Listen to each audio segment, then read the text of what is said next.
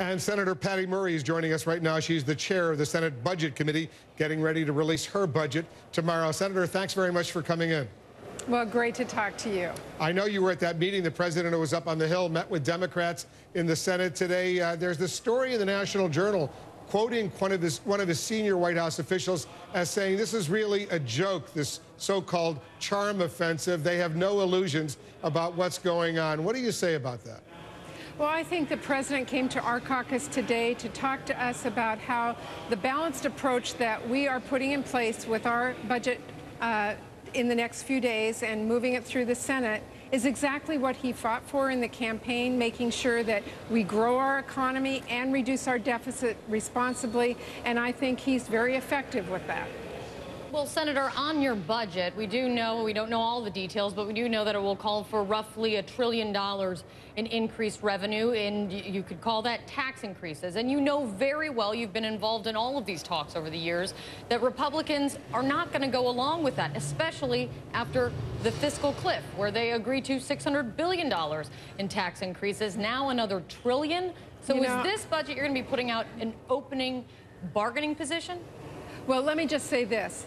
Paul Ryan has said that there are tax expenditures that are wasteful. Speaker Boehner has said that there are loopholes that should be eliminated. That's absolutely right, but that's not $1 trillion.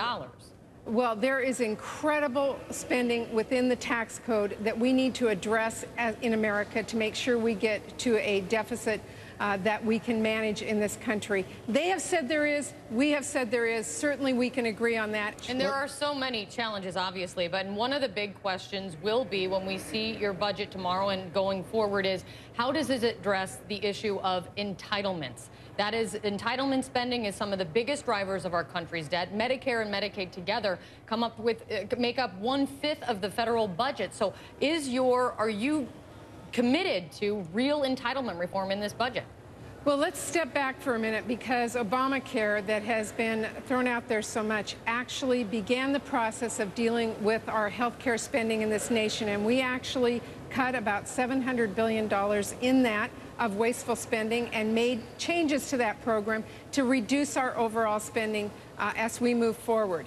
We are now seeing projections from CBO that say by the year 2020, we will have saved $200 billion a year, or $500 billion a year in health care, in Medicare, because of Obamacare. So you don't think there needs to be any more reforms to Medicare and Medicaid? No, I'm not saying that. And in our budget, we will add additional responsible spending cuts to our entitlement programs so that we can manage this in the long run.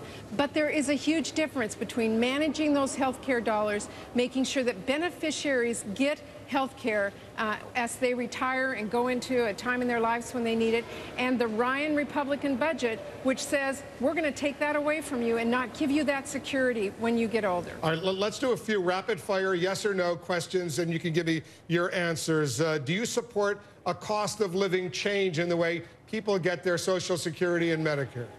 I think we are showing in our budget that we will put out tomorrow that we can make responsible changes within our budget, but we do not deal with Social Security in our budget itself. What about raising the age limit as far as Social Security is concerned? What do you feel about that? Well, look, I come from a place where I know how important it is that when you work hard, you have a point where you can retire and be able to know that you are your health care is taken care of. My dad had multiple sclerosis. He and my mom literally crawled to the age of 65 to make sure they had the health care they need. I am not in favor of raising that age to a point where our people who work hard, our firemen or our teachers or our folks who are on the front lines protecting all of us, or even just hardworking Americans who work every day at a grocery store, are told, no, you get to work a lot longer before you have health care in this country in the form of Medicare. So I think that is, in the short term, maybe a punchy phrase that the Republicans like to put out, but it is not a way to strengthen Medicare in the long run. And means testing for richer Medicare recipients as opposed to poorer ones? I think that there have been proposals out there that we can all look at, but that will be determined by the Finance Committee moving forward. Your budget that you will release tomorrow does not result in what they called surplus, a surplus in spending. It continues deficit spending for as far as the eye can see. I just want to be precise on that point. Well, let me answer you this way. You and I were both around when Clinton put his budget out in 1993 that moved us to a point of surplus. No one was predicting that, but we did that budget by doing both smart spending cuts and revenue.